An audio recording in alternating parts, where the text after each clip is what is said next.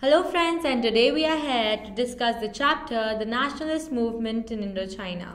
So first, before starting the chapter, I want to clear something which most of us have an misconception about this chapter. It's nothing about Indian and Chinese relations, it's something quite different. So let's get started. What is Indochina?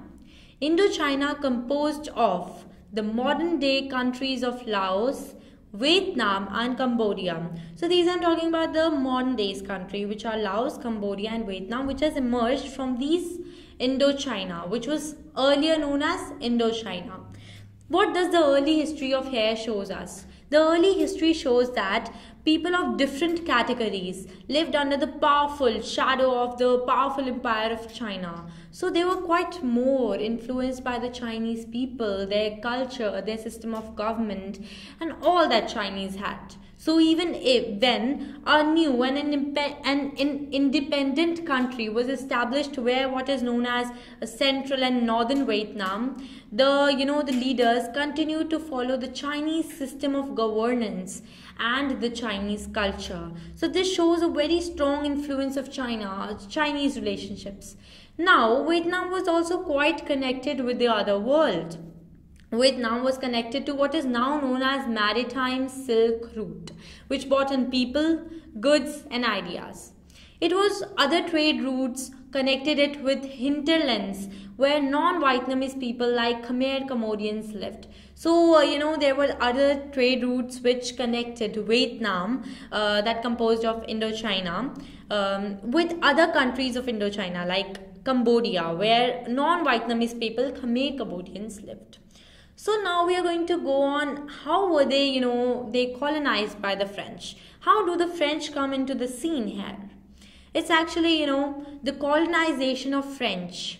The colonization of Vietnam by the French brought the colonizers with conflict with the local people in all areas of life.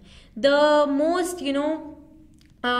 visible forms of French control were military and economic domination, but they also tried to form a system that tried to reshape the Vietnamese culture. So they were quite angered by these French. When they were colonized, this brought into conflict with these French people and the Vietnamese in every sphere of life, be it economic sphere, be it private sphere of life, or be it religious spheres. In every spheres, as these French were trying and interfering, changing things, this was angering the local Vietnamese people.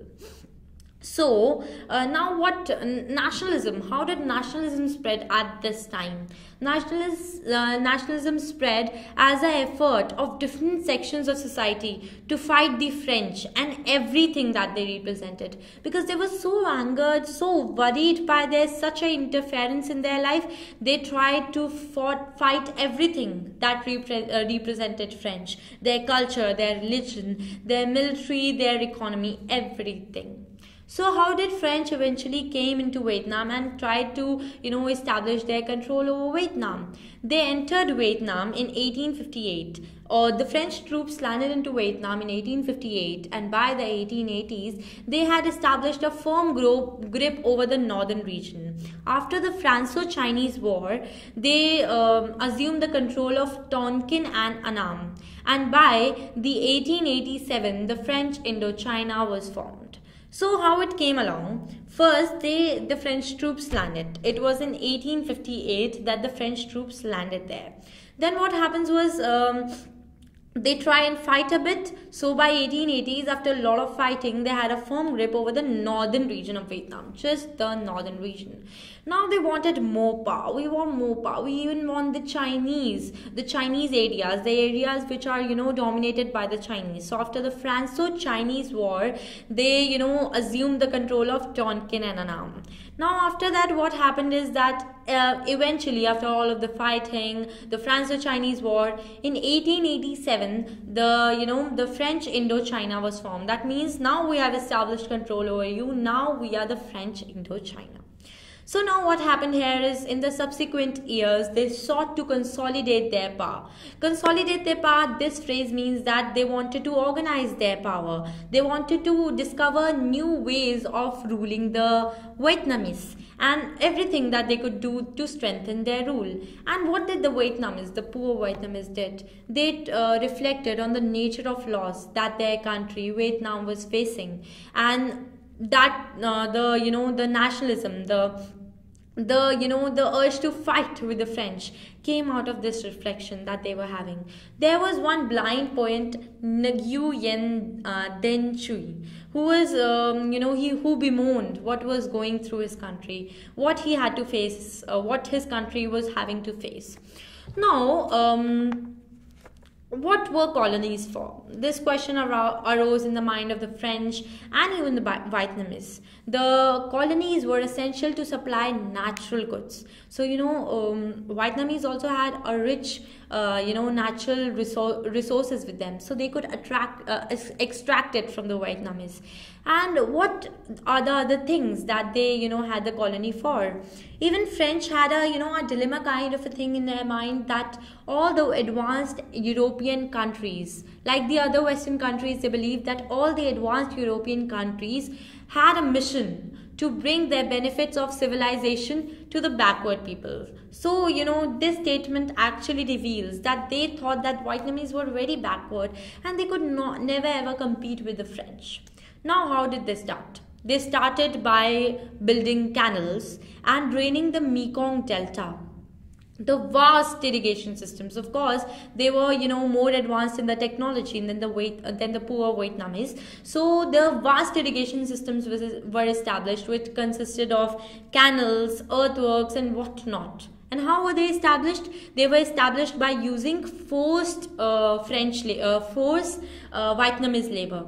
That is, they wouldn't even pay them. They would have to do that labor for them. So now, after all of these efforts, one thing actually was very nice that happened, that the rice production actually increased, and this allowed the export of rice to the international market. And we can see a flow chart in which the area under rice cultivation was increasing. In 1873, it was just 273,000, that is 2,73,000 of hectares of area under rice cultivation. By 1900, it went to 1.1 million, and by 1930, it was 2.2 millions. So, what did the Vietnamese do was that they actually exported 2/3 of the rice production, and so by the 1931 they became the third largest exporter of rice in the country. So that was one good thing that French did with the Vietnamese. What happened, after? What do you think that once we have developed the irrigation of the country, what should we do the next? Yeah, they took just the right move. Infrastructure what they hit the next. Now they started developing the infrastructure. Why? This would help the transport of goods for trade. They had the rice for trade, and then to move military garrisons. They had not discovered the whole area of Vietnam. They wanted to discover the whole area, so they had to move the military garrisons. That's why transport was needed. Then they also wanted to establish the control over the whole area. That was everywhere in their mind. So that these are the three reasons for which they had expanded their infrastructure. Then the construction of the Indo-China railway network was established. It connected the northern and the southern parts of Vietnam with China. And the last links were made with Yunnan in 1910, and after that they thought that another second line should be made, which connected Vietnam with Siam. Siam is the modern day Thailand, and so this second line connected these two by going from via the Cambodian capital of Phnom Penh. So this was all they did to in the, they wanted to do with the economy. They wanted to do with the agriculture and the infrastructure. Now the French groups were experiencing a little bit of profits. So what did they do? The French business groups, in order to ensure high profits for their businesses, started pressurizing the government to develop infrastructure even further. So that was a good move. Then after that, what happened? Everyone had in their mind that colonies are acquired to serve the interest of the motherland. But how? How should I do that? Then one person who had an enlightened mind came into the scene, and his name was Paul Bernard, who is who was a policymaker as well as a very influential writer. He strongly believed that the economy of the colony needs to be developed.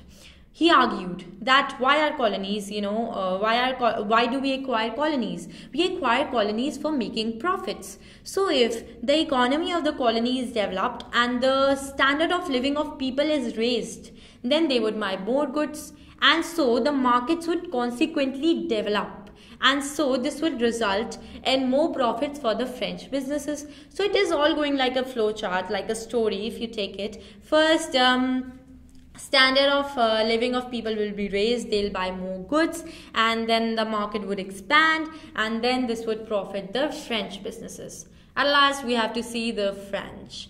So after this, what Bernard suggested that there were many, many restrictions that were coming in between of the economic development in Vietnam. That were high population levels, then low agricultural productivity, and high indebtedness amongst farmers. Like, indebtedness is like I have taken a loan from the other people. So land reforms were considered essential to be carried out in these areas to reduce rural poverty as well as increase the agricultural productivity, as Japan had done in 1990s. But this also posed a problem. This could not ensure more jobs for the people, or you can say employment for the people. So as the experience of Japan had shown, industrialization would be essential to create more jobs. Now this was what Paul Bernard thinks. Now what happened? What did the French actually do? What was the actual picture around there? So the economy of the Vietnamese was based on the rubber plantations as well as the rice cultivation, which were owned by French and a small group of Vietnamese elites. Elites were, the people that had a lot of money with them, and they were considered in the high class of the Vietnamese. So who were the ones who worked in the rubber plantations? These were identified Vietnamese labor who worked in the rubber plantations. Now, in contrast to what Paul Bernard had liked, French did nothing to industrialize the economy or to develop the economy of the Vietnam.